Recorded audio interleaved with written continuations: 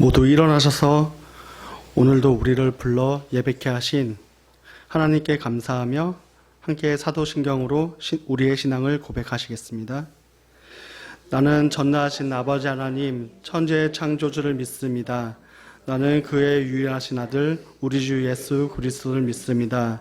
그는 성령으로 잉태되어 동정녀 마리아에게서 나시고 본디오 빌라도에게 고난을 받아 십자가에 못 박혀 죽으시고 장사된 지 사흘 만에 죽은 자 가운데서 다시 살아났으며 하늘에 오르시어 전능하신 아버지 하나님 우편에 앉아 계시다가 거기로부터 살아있는 자와 죽은 자를 심판하러 오십니다. 나는 성령을 믿으며 거룩한 공교회와 성도의 교제와 죄를 용서받는 것과 몸의 부활과 영생을 믿습니다. 아멘. 모두 박수 치면서 찬송하시겠습니다. 나보다 나를 찬송하시겠습니다.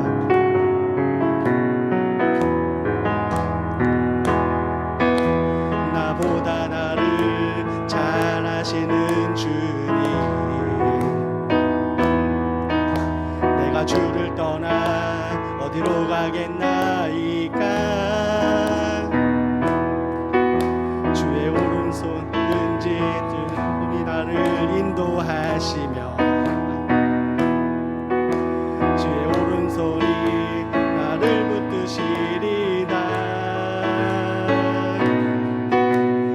나를 창세 전부터 계획하시고 지금까지 인도하시네. 하나님이여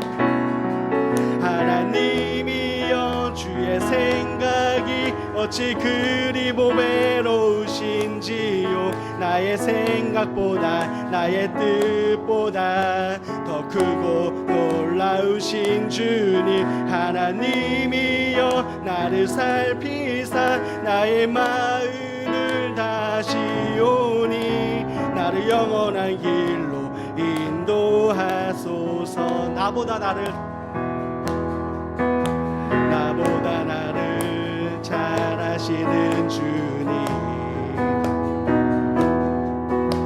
내가 주를 떠나 어디로 가겠나이까. 나 어딜 가든지 주의 손이 나를 인도하시며 주의 오른손이 나를 붙드시리다. 나를 창세 전부터 계획하시고 지금까지 인도하시네. 하나님이여 주의 생각이 어찌 그리 보배로우신지요. 나의 생각보다 나의 뜻보다 더 크고 놀라우신 주님, 하나님이여 나를 살피사 나의 마음을 다시오니 나를 영원한 길로 인도하소서. 하나님이여 주의 생각이 어찌 그리 고우신지요. 나의 생각보다 나의 뜻보다 더 크고 놀라우신 주님, 하나님이여 나를 살피사 나의 마음을 다시오니 나를 영원한 길로 인도하소서. 이어서 나의 등 뒤에서 찬양하시겠습니다. 나의 등 뒤에서 나를 도우시는 주, 나의 인생 길에서 지치고 고나요 매일처럼 주저앉고 싶을 때 나를 밀어주시네. 일어나 걸어라, 내가 새 힘을 주리니. 일어나 너 걸어라, 내 너를 도우리. 나의 등 뒤에서 나를 도우시는 주, 평안히 길을 갈 때 보이지 않아도 지치고 고나여 넘어질 때면 다가와 손 내미시네. 일어나 걸어라 내가 새 힘을 주리니. 일어나 너 걸어라 내 너를 도우리. 나의 등 뒤에서 나를 도우시는 주. 때때로 뒤돌아보면 여전히 계신 주. 잔잔한 미소로 나오시며 나를 재촉하시네. 일어나 걸어라 내가 새 힘을 주리니. 일어나 너 걸어라 내 너를 도우리. 일어나 걸어라 내가 새 힘을 주리니. 일어나 너 걸어라 내 너를 마지막으로 일어나 걸어라 내가 새 힘을 주리니. 일어나 너 걸어라 내 너를 도우리. 아멘. 언제나 힘주시고 인도하여 주시는 주님만을 찬양합니다. 우리 날마다 숨쉬는 시간마다 주님을 묵상하는 찬양하시겠습니다.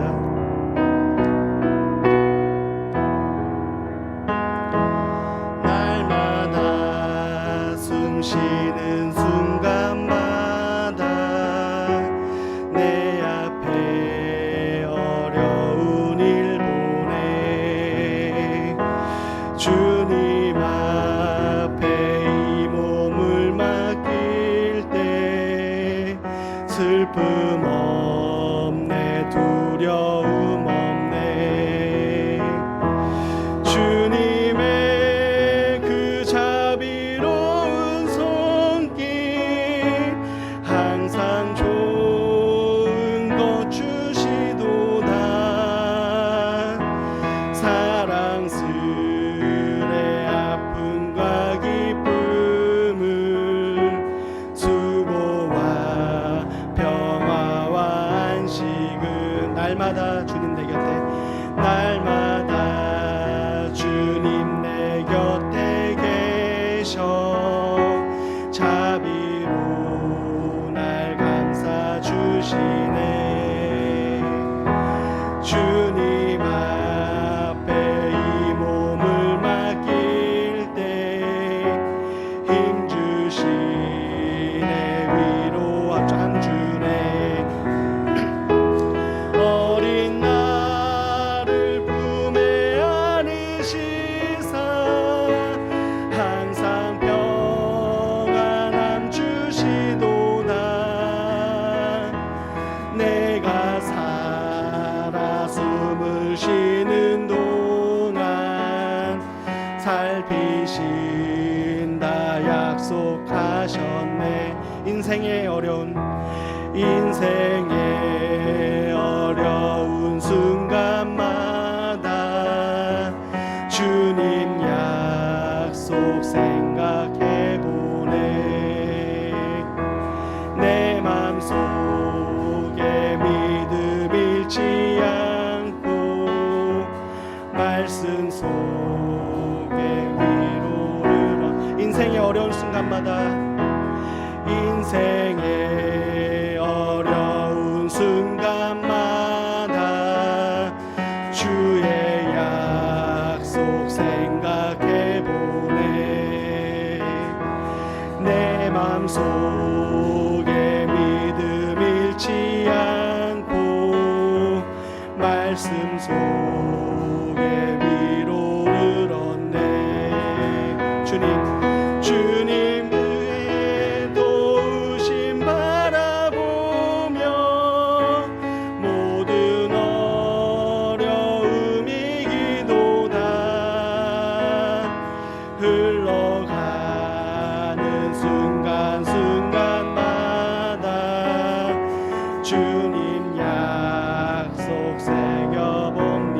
어린 나를 품에 안으시사 항상 평안함 주시도다. 내가 살아 숨을 쉬는 동안 살피신다 약속하신 주님의 도우심, 주님의 도우심 바라보며 모든 어려움 이기도다. 흘러가는 순간순간마다 주님 약속 새겨. 이어서 눈을 들어 산을 보아라. 눈을 들어 산을 보아라. 너의 도움 어디서 오나. 천지 지으신 너를 만드신 여호와께로 눈을 들어 산을 보아라. 너의 도움 어디서 오나. 천지 지으신 너를 만드신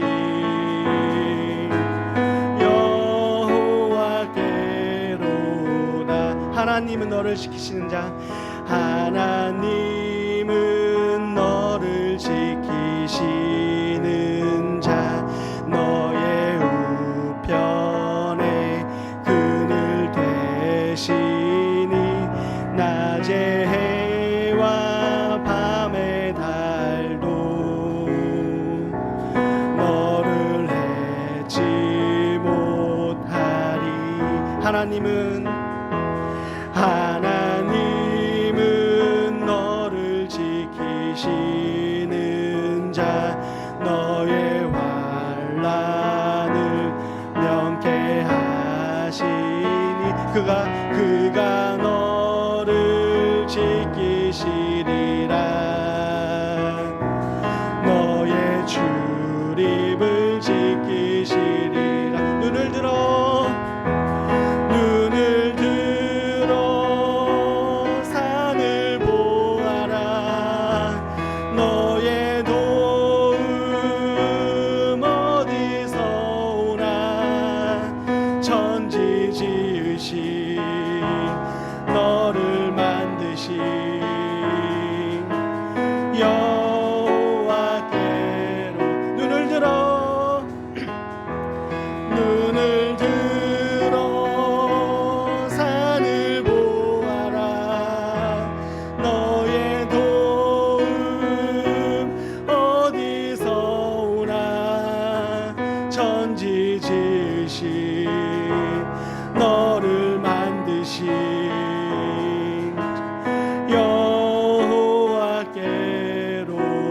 여호와께로다.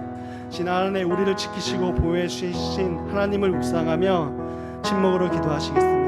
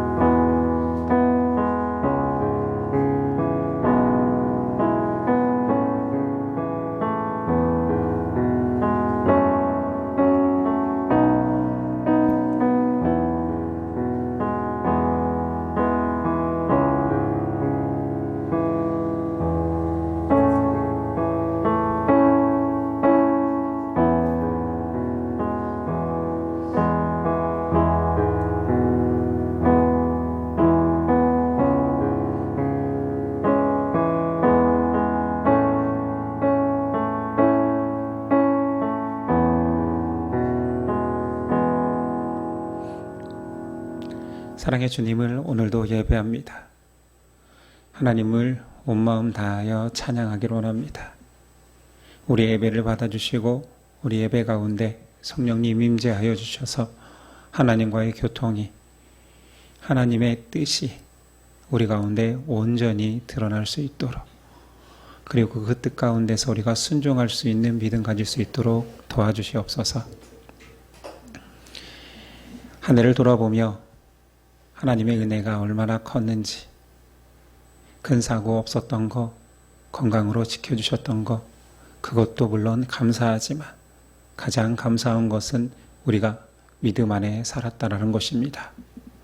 하나님의 품을 벗어나지 아니하고 당자와 같이 세상에 떠나 하나님에게서 멀어지지 아니하고 하나님 품 안에서 살았습니다. 믿음을 지켰습니다. 이것이 가장 감사함을 알고 하나님의 품을 더욱 귀히 여길 수 있는 우리 되게 하옵소서. 우리의 시선이 하나님의 품을 떠난 사람들에게 향하기를 원합니다. 그들이 넘어져서 위로하기보다 믿음 안에서 믿음을 몰라 파선한 자처럼 살아가는 그들의 모습을 더욱 안타까이 여기게 하여 주시옵시고, 물론 아픈 자 손 내밀어야겠지만 영적인 눈을 들어 신음하고 있는 그 영혼을 위해서 우리가 손 내밀 수 있는 우리 될 수 있도록 도와주시옵소서. 사도행전을 통하여서 복음의 능력을 보고 있습니다. 그 능력이 하나님 백성을 통하여서 전파되고 있사오니 우리에게도 그 능력이 임하여 입을 열어 주를, 하나님이 이 땅을 구원하셨다 선포할 수 있는 우리 될 수 있도록 도와주시옵소서. 오늘도 믿음 주실 것을 기대하오며 예수 그리스도 이름으로 기도드립니다. 아멘. 우리 일어나셔서 십계명 낭독이 있겠습니다. 하나님이 이 모든 말씀으로 말씀하여 이르시되, 나는 너를 애굽 땅 종되었던 집에서 인도하여 낸 내 하나님 여호와니라. 제1은 너는 나 외에는 다른 신들을 내게 두지 말라. 제2는 너를 위하여 새긴 우상을 만들지 말고, 또 위로 하늘에 있는 것이나 아래로 땅에 있는 것이나 땅 아래 물속에 있는 것에 어떤 형상도 만들지 말며 그것들에게 절하지 말며 그것들을 섬기지 말라. 제3은 너는 내 하나님 여호와의 이름을 망령되게 부르지 말라.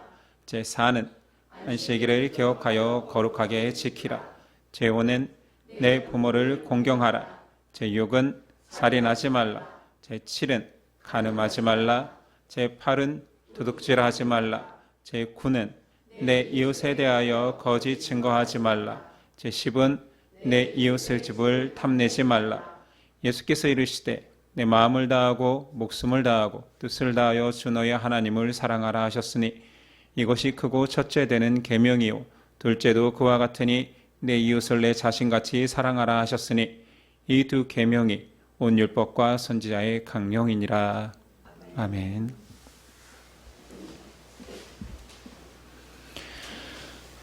오늘 우리에게 주시는 하나님의 말씀은 사도행전 13장 1절로 12절까지입니다.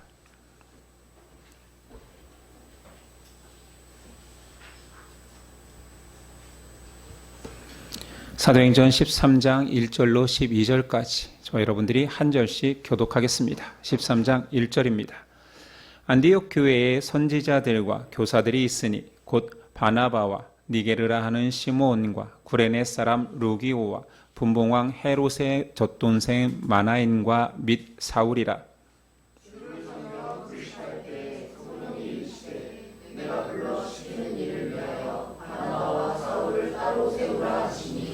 이에 금식하며 기도하고 두 사람에게 안수하여 보내리라.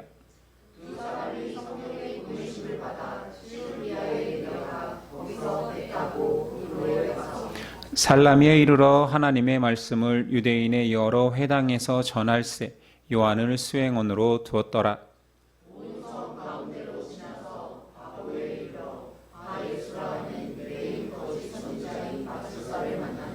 그가 총독 서기오 바울과 함께 있으니 서기오 바울은 지혜 있는 사람이라 바나바와 사울을 불러 하나님의 말씀을 듣고자 하더라.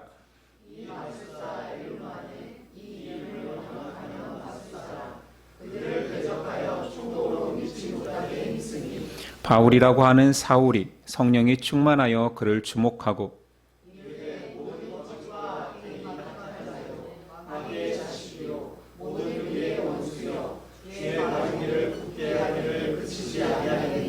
보라, 이제 주의 손이 내 위에 있으니 내가 맹인이 되어 얼마 동안 해를 보지 못하리라 하니 즉시 안개와 어둠이 그를 덮어 인도할 사람을 두루 구하는지라. 이에 총독이 그에게 된 것을 보고 믿으며 주의 가르치심을 놀랍게 여기니라. 아멘. 오늘 말씀의 제목은 성도의 영적 전쟁.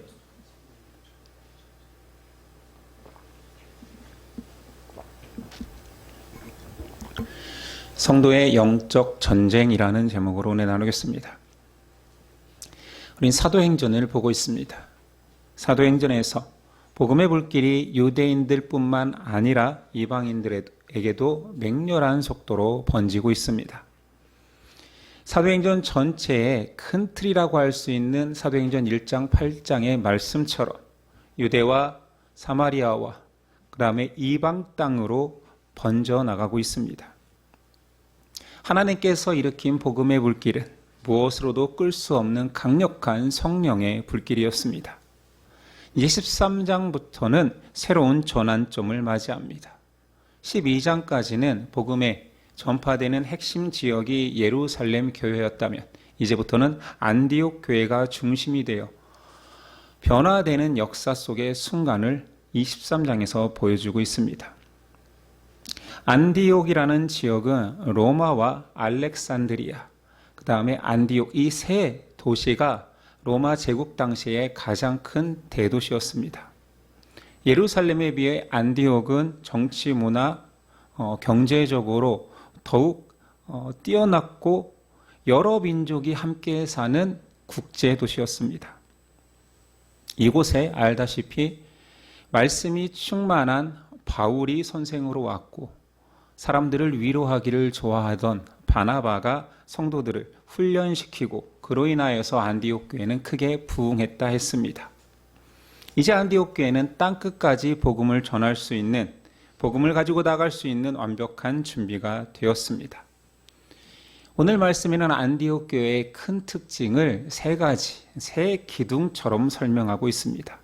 첫 번째 안디옥 교회의 특징을 드러내는 기둥은 교회 리더들의 다양성이었습니다. 1절, 안디옥 교회에 선지자들과 교사들이 있으니 곧 바나바와 니게르라 하는 시므온과 구레네 사람 루기오와 분봉왕 헤롯의 젖동생 마나행과 및 사울이라.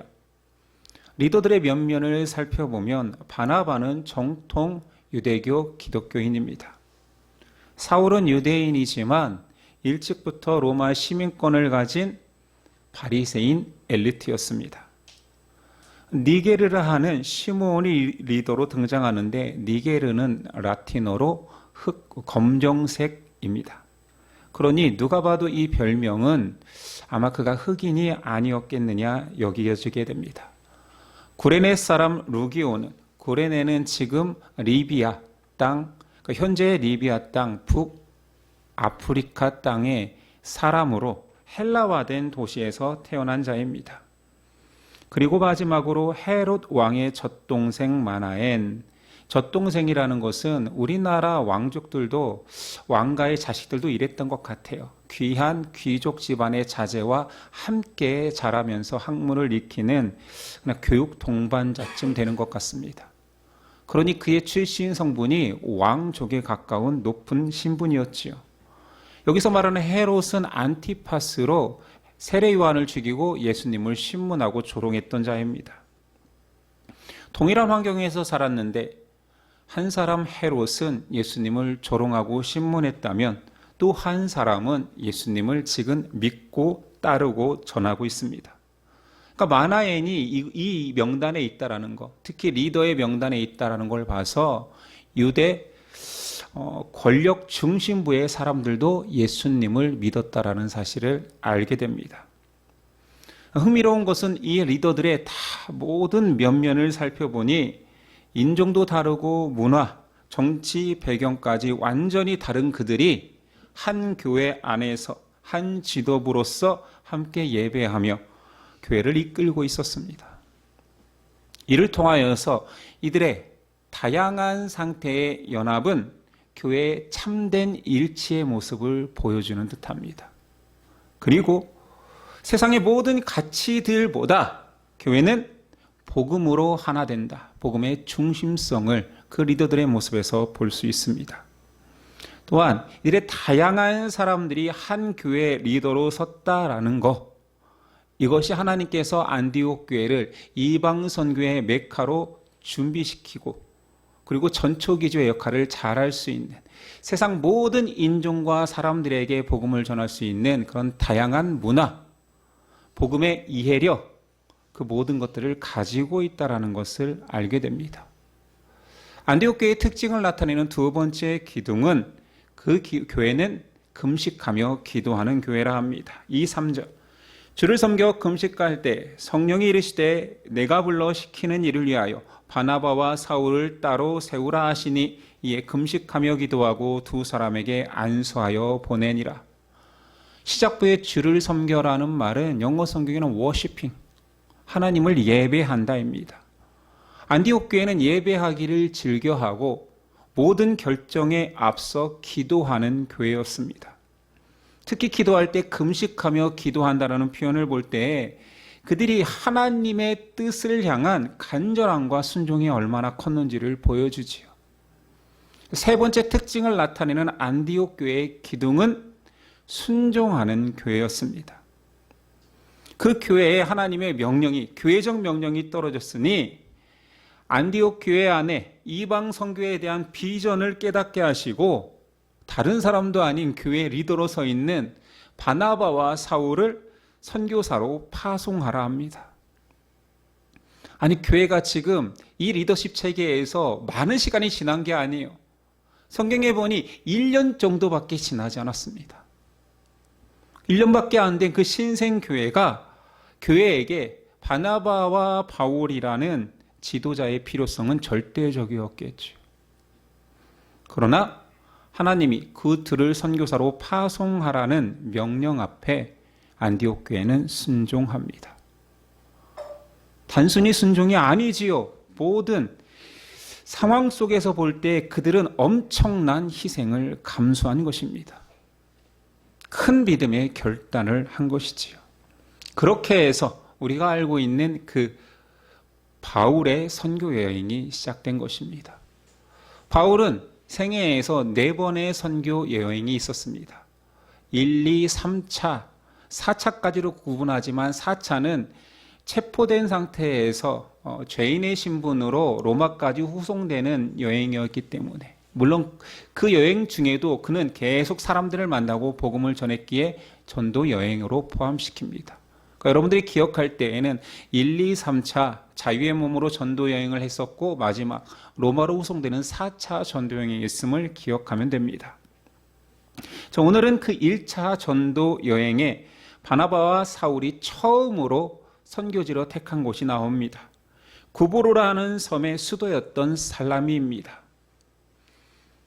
로마 제국하에 있었기 때문에 총독이 파견되었으니 서기오 바울이라는 사람이 있었는데 그가 예수 복음을 궁금해합니다. 그런데 바로 전하면 좋으련만 커다란 방해자가 나타났으니 박수무당 바예수입니다. 이름은 굉장히 은혜로워요. 바는 아들이라는 뜻입니다. 예수는 구원자라는 뜻이니까 구원자의 아들이지요. 근데 그가 성경에 보니 유대인이며 거짓 예언자라고 말합니다. 바예수가 살라미 지역의 총독과 함께 지낸 것으로 모아 일종의 그는 그 모든 정치인들의 길흉화복을 점쳐주는 점술사, 마술사였던 것 같습니다. 성경은 그 점술가 마술사를 엘루마라 칭합니다. 이건 직분이지 이름은 아닙니다. 엘루마였던 바예수가 바나바와 사울이 총독에게 복음 전하는 것을 방해하고 있습니다. 총독의 수하에서 그가 많은 부와 권세를 누리고 있었기에 그것을 뺏길까 두려웠겠지요. 바나바와 바울이 복음을 전하려 하자 바예수는 자신의 권력의 위협을 느껴서 이 전도자들을 공격하기 시작합니다. 이 공격에 대한 바울의 대응은 이렇습니다. 9절이야. 바울이라고 하는 사울이 성령이 충만하여 그를 주목하고 이르되 모든 거짓과 악행이 가득한 자요 마귀의 자식이요 모든 의의 원수며 주의 바른 길을 굳게 하기를 그치지 아니하겠느냐. 여기에서 이제 우린 처음으로 사울이 바울이라는 이름으로 바뀌어서 칭하는 모습이 등장한다라는 것을 알게 되지요. 이제부터는 편하게 사울, 바울을 섞어 이야기하지 않고 그냥 바울이라 칭해도 될 것 같습니다. 바울은 이 박수무당이 복음을 방해하기 위해서 자기들이 중상모략을 할 때에 이 방해자와 논쟁하기보다는 그의 배후에 있는 실체인 마귀를 인지합니다. 바울은 성령의 능력으로 더 이상 공격하지 못하도록 바예수의 눈을 멀게 하여 완전 제압합니다. 이로 인해서 총독에게 복음을 전할 수 있었고 그 상황 속에서 총독은 감명을 받아 복음을 받아들이게 됩니다. 여기서 중요한 것은 권능으로 한 사람의 방해자를 제압했다가 아닙니다. 우리가 이 상황 속에서 인지해야 되는 것은 성령님께서는 악한 자 안에 마귀를 제압하여 사도가 마술사, 마귀의 자식을 제압함으로써 이 현상 자체가 사람과 사람의 싸움이 아니라 믿는 자와 마귀와의 싸움인 영적 전쟁이 있음을 보여주고 있습니다. 하나님의 말씀이 전파되는 그 장소에 마귀는 복음 전파를 방해하기 위해서 발악하기 시작합니다. 마귀가 복음 전하는 곳에 특별히 발악하는 이유는 예수 그리스도 그 빛이 비춰지는 곳에 어둠이 물러나가기 때문입니다. 이 성경은 이 싸움을 말하길 에베소서 6장 12절 우리의 싸움은 혈과 육을 상대하는 것이 아니요 통치자들과 권세들과 이 어둠의 세상 주관자들과 하늘에 있는 악의 영들을 상대함이라. 분명히 사람과 사람이 싸우는 거잖아요. 논쟁하는 것 같잖아요. 그런데 성도의 싸움은 악의 영들을 상대함이라. 마귀와의 영적 전쟁이 있다라는 거지요. 이 싸움은 사실 여기서 시작되거나 복음이 전파돼서 시작된 것이 아니라 태초부터 하나님의 말씀이 선포되고 이 땅에 인간이 태어나는 시점부터 시작되었습니다. 과연 그러한 줄로 성경을 살펴봐야 되겠죠. 성경 첫 책 창세기에서부터 마지막 책 요한계시록까지 하나님의 사람과 마귀는 숙명적으로 전쟁을 치를 수밖에 없습니다. 문제는 오늘날의 많은 신앙인들조차 이 영적 전쟁에 대해서 무지하다라는 거지요. 이 무지는 이 전쟁이 상세하게 기록되어 있는 요한계시록에 대한 무지와도 연결되어 있습니다. 그래서 이 시간에 우리 간단히 창세기부터 요한계시록이 진짜 영적 전쟁을 담고 있는지 그 특징을 좀 살펴보려 합니다. 요한계시록은 성경의 마지막 책이면서 창세기부터 시작되는 하나님의 구원 서정의 대미를 장식하고 있습니다. 처음부터 끝까지 성경 전체는 예수 그리스도를 통한 승리를 기록하고 있지요. 대칭 구조를 통하여서 그 하나님의 계획하심과 완성을 정확히 이해할 수 있습니다. 창세기는 창조의 시작으로 하늘과 땅의 창조를 보여줍니다. 다 알고 계시는 내용이잖아요. 요한계시록은 구원의 완성으로 새하늘과 새 땅의 도래를 이야기합니다. 창세기에서는 빛이 창조되어 온 세상을 비치지만 그 빛을 거부하고 죄에 빠진 인간들의 외면을 보여줍니다. 요한계시록에서는 주님의 영광의 빛이 주의 나라에 주의 백성에게 충만히 임하고 주의 백성은 그 빛을 찬양합니다. 창세기에서 사탄은 유혹하고 인간은 타락하고 낙원에서 추방됨으로 하나님과의 단절을 이야기한다라면 요한계시록에서는 사탄이 심판받고 인간과 낙원은 회복되고 하나님과의 관계의 완전한 회복을 보여줍니다. 불순종으로 닫힌 생명나무의 길이 요한계시록에 와서는 순종함으로 주의 백성은 열린 생명나무의 길로 걸어가게 되지요. 이런 모든 처음과 끝이 하나님의 영적 전쟁에 죄를 멸하시게 한 그 전쟁의 승리자로서 예수 그리스도가 오셨고 그 승리에 참여하는 하나님의 백성이 보여지고 있습니다.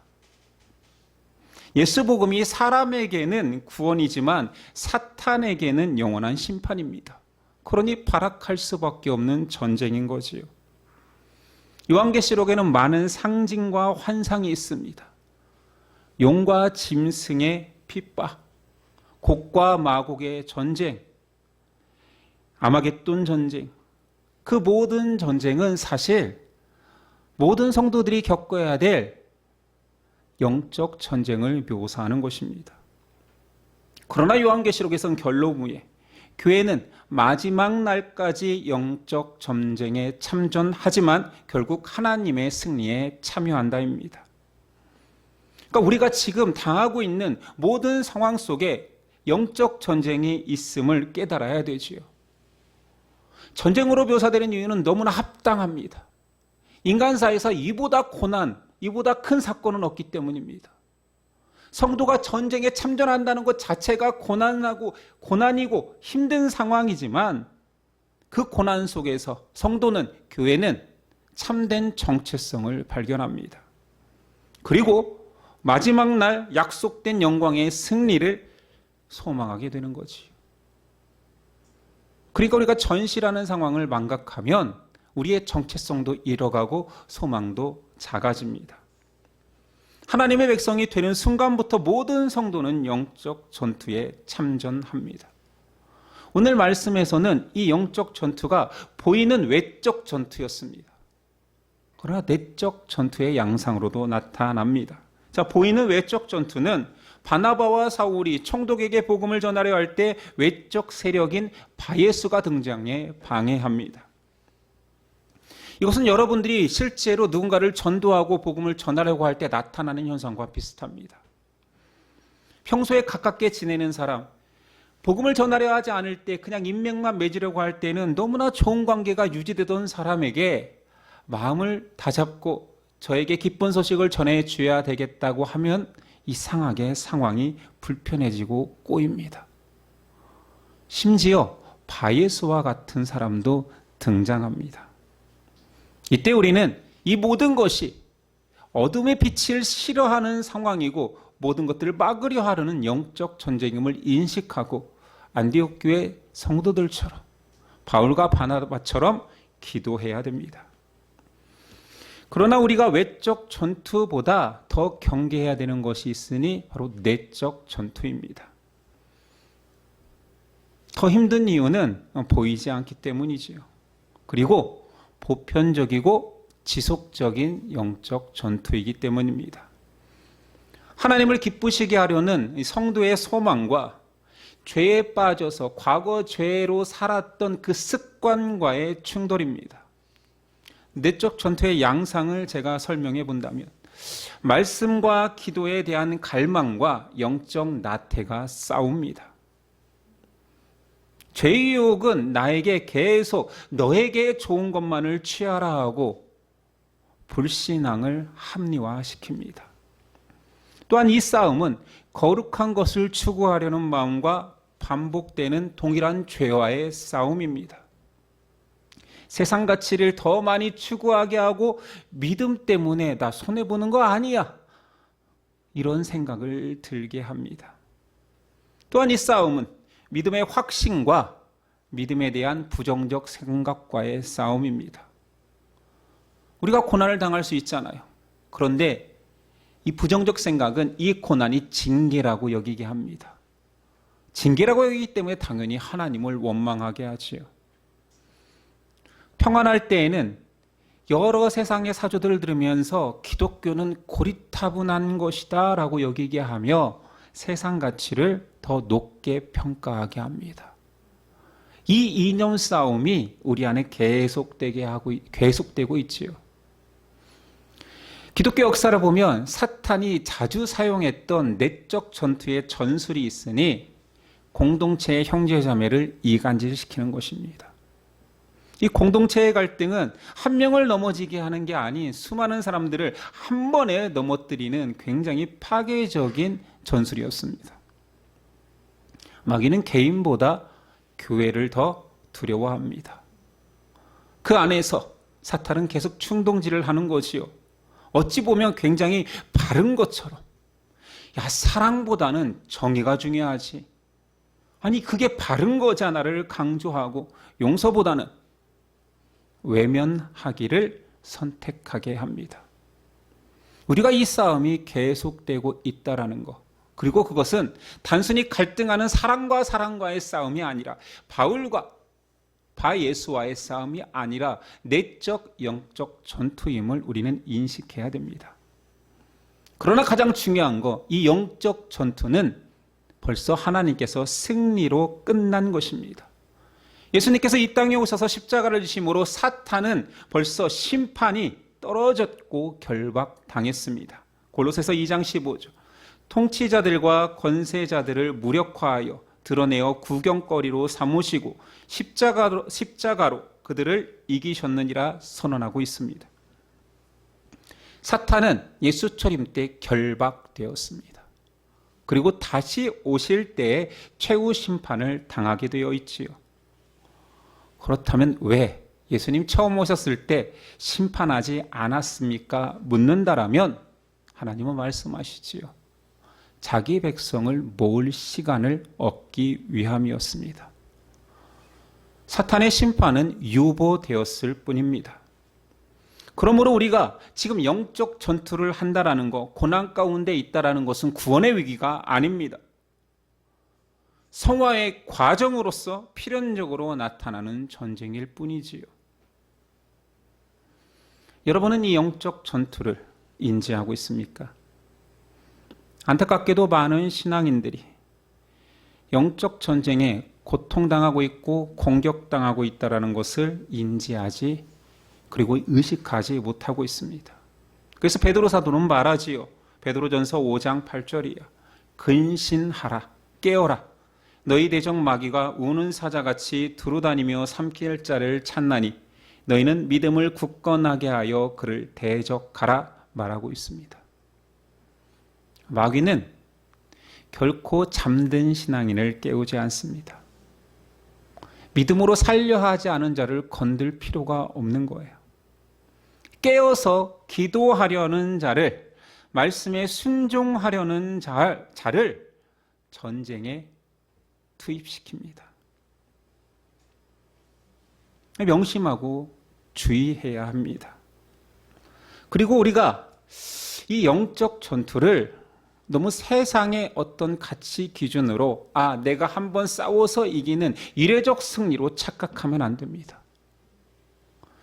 외적인 전쟁도 이례적 승리가 아니라 계속 우리가 끝날까지 겪어야 돼. 수많은 사람들의 관계성의 전쟁, 나를 방해하고 핍박하는 자가 나올 수도 있지만 이 내적 승리는 특히 이례적 승리로 끝나지 않고 우리가 죽을 때까지, 주님 다시 올 때까지 끝까지 진리를 붙들어야 되는, 진리 안에 서 있어야 되는 성화의 과정입니다.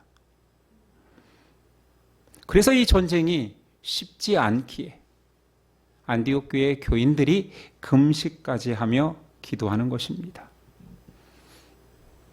초대교회 교인들은 결코 그의 기도 제목들이 야망이 아니었습니다. 소원 성취, 만사 형통 이런 것들을 놓고 기도하지 않습니다. 아니, 전쟁을 당했는데 살려달라고 기도하지 누가 전쟁에서 평안하기를 기도한단 말입니까?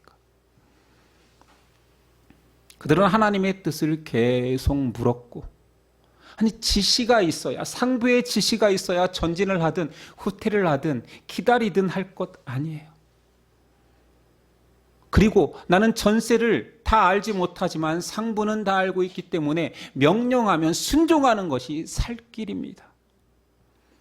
그러니 깨어서 말씀을 읽지 아니하면 그 자리에서 내가 무엇을 당하고 있는지, 어떠한 공경을 당하고 있는지 깨닫지도 못하며 죽어갈 수 있습니다. 여러분은 영적 전쟁을 인식하고 계십니까? 인지하고 계십니까? 나를 위해 미워하는 사람만이 아니라, 우리의 싸움은 사람의 싸움이 아니라니까요. 바예수를 모함하고 같이 모함하고 저가 틀렸다 말할 필요도 없어요. 그 안에 있는 마귀의 권능을 인식하고 하나님 도와주소서, 성령의 권능으로 막아주소서 기도하면 됩니다. 사람을 미워할 필요가 없지요. 여러분과 저는 복음을 받아들이는 그 순간부터 마귀에게는 요주의 인물이 되었습니다. 그래서 아마 믿기 전보다 더 여러분의 삶이 힘들어질 수도 있습니다. 이 말을 하기 싫어서 교회는 점점 영적 전투가 없는 것처럼, 복음 안에 들어오면 모두 다 잘 살고 평안하고 형통할 수밖에 없는 것처럼 왜곡되이 전하고 있습니다. 혹 교회 다니니까 더 평안한 분들은 자기를 떨림으로 점검해 봐야 됩니다. 내가 말씀에서 멀어졌기에, 기도에서 멀어졌기에 마귀의 눈밖에서 멀어진 것은 아닌지. 우리도 말씀에서 보여준 것처럼 깨어 영적 전투에 참여하는 믿음의 선한 싸움을 싸워야 됩니다. 한 번 이겼다라고, 한 번 하나님의 도우심으로 내 인생의 어려움의 고난을 겪었다고 자고하지 마시고, 우리의 싸움은 이리적 싸움이 아니고 주님 오시는 그날까지 끝까지 믿음을 지키고 신앙의 지조를 지키고 끝까지 신앙 믿음 안에 서서 승리의 면류관을 받는 그날까지 견뎌야 합니다. 그래서 동료가, 함께하는 자가, 함께 걷는 자가 소중한 것입니다. 우리가 그렇게 소중한 전쟁에 참전한 자로, 전우애로 하나님만을 의지하고 살아가는 전우로 함께 했으면 좋겠습니다. 기도하겠습니다. 하나님, 우리에게 시작된 영적 전투를 인지하게 하옵소서. 마귀는 우는 사자와 같이 믿는 자를 공격하고 있습니다. 그런데 나에게 아무 일도 없다라는 거, 평안히 잘 산다라는 거, 그것만이 감사의 조건이 되지 않게 하여 주시고, 내가 혹 말씀과 기도와 하나님과의 교제에서 멀어져서 마귀가 방치하고 있는 것은 아닌지 우리 자신을 점검하게 하옵소서. 이 승리는 그리스도께서 승리하십니다. 이 전쟁은 승리하십니다. 고로 이 승리한 전장에 마지막 주님 다시 오시는 그날까지 우리도 이 전쟁을 회피하거나 도망치지 않게 하여 주시고, 전쟁에 참전함으로써 예수님이 오시는 그때에 함께 그 승리의 영광을 누리는 백성 되게 하옵소서. 두렵습니다. 떨립니다. 때로는 포기하고 싶습니다. 그때마다 성령님 우리를 붙들어 주옵소서. 그리고 형제 자매가 힘들어할 때 우리가 손 내밀어 함께 가자. 포기하면 안 된다. 끝까지 살아남자. 권면하는 우리 되게 하옵소서. 예수님의 이름으로 기도드립니다. 아멘. 일어나서 결단 찬송 드립니다.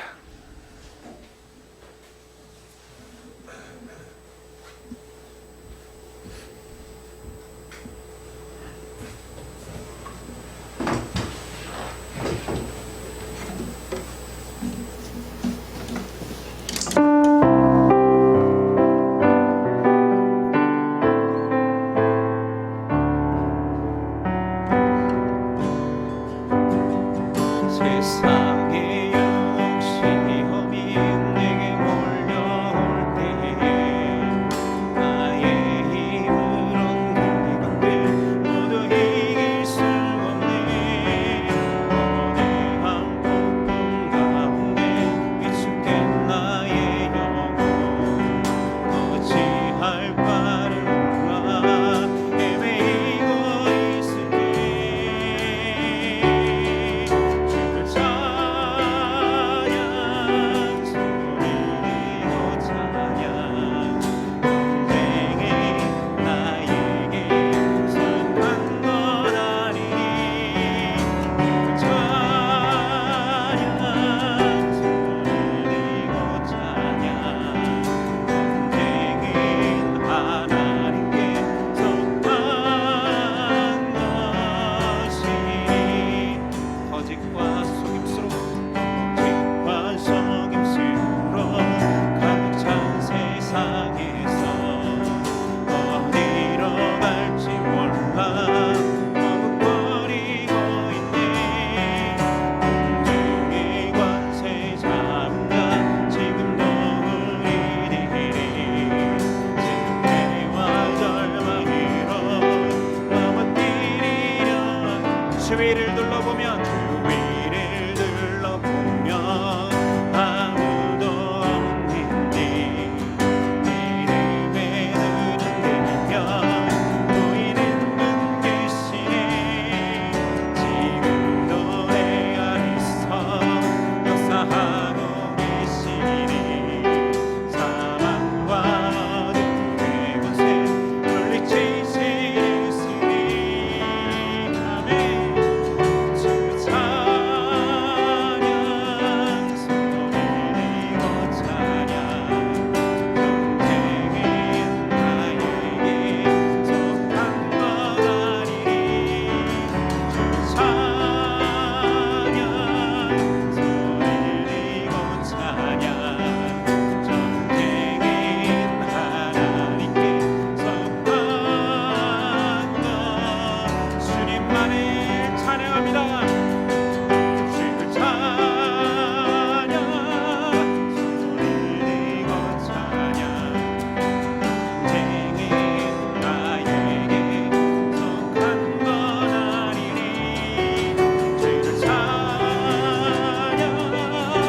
소리내고 찬양 전쟁은 하나님께 속한 것 주님만을 찬양합니다. 주를 찬양 소리내고 찬양 전쟁은 내게 속한 건 아니니 주를 찬양 소리내고 찬양 전쟁은 하나님께 속한 것이니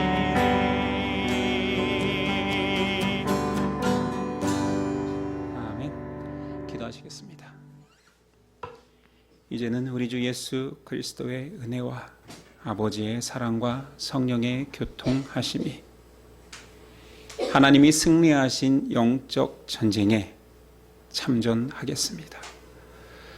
승리의 영광을 누리겠습니다. 끝까지 믿음의 지조를 지키겠습니다. 고백하는 저와 예심 형제 자매 가운데 지금부터 영원까지 함께 하시기를 간절히 축원하옵나이다. 아멘.